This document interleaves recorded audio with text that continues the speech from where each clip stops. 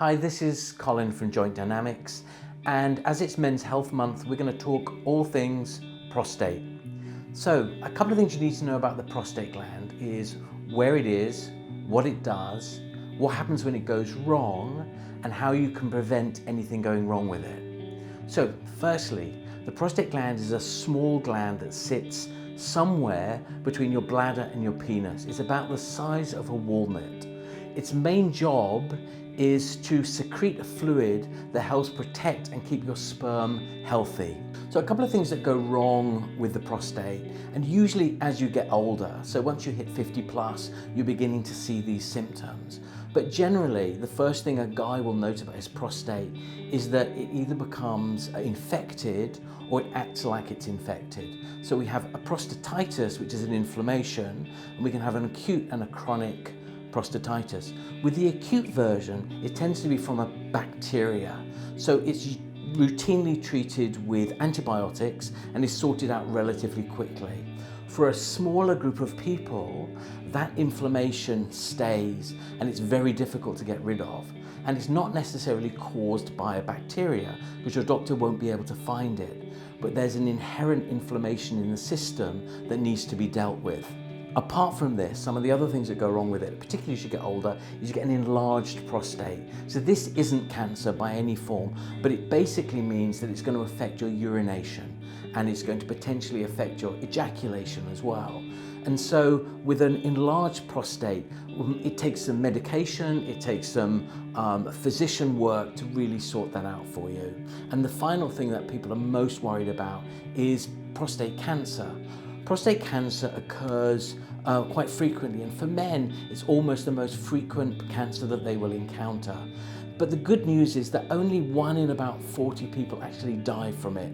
There's stuff you can do with the cancer to help remove it. There's radiation, there's chemotherapy, and there's just ablation of the whole prostate.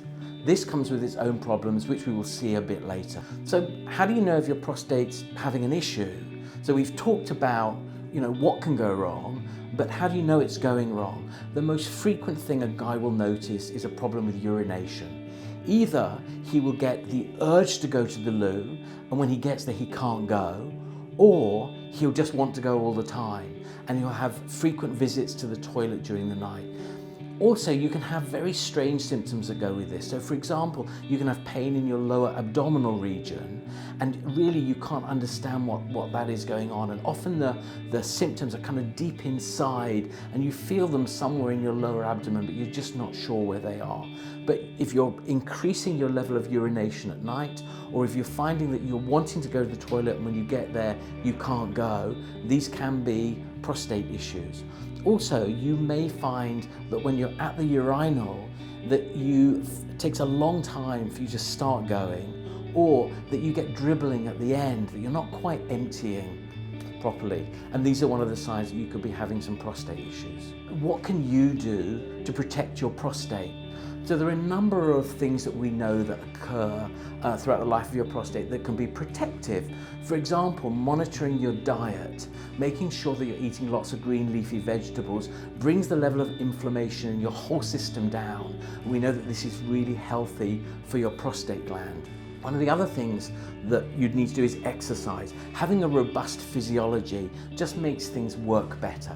And your prostate gland will be really glad that you're exercising, and keeping your weight at a moderate level is very healthy. People who are much larger and more obese generally have more prostate problems.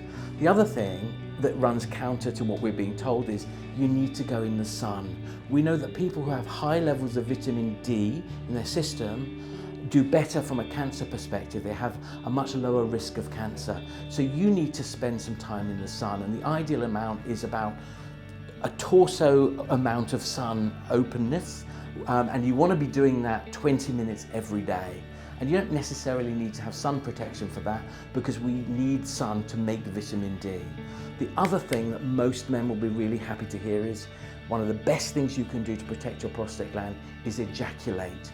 We know from studies that the more you ejaculate, the healthier your prostate is. And that's good news for all guys. Okay, so if you've heard our message and you're concerned that you might be having prostate issues, what can you do? First thing you need to do is have a trip to your doctor. you should be screened regularly as a guy, particularly as you get older. You need a rectal exam, which doesn't sound very pleasant, but the doctor needs to have a feel around of your prostate. You also need to have a PSA test, and together the doctor will make a decision from these 2 exams to see if you're having a problem. If you need any more information, please feel free to get in touch with me. I'd be happy to talk you through this.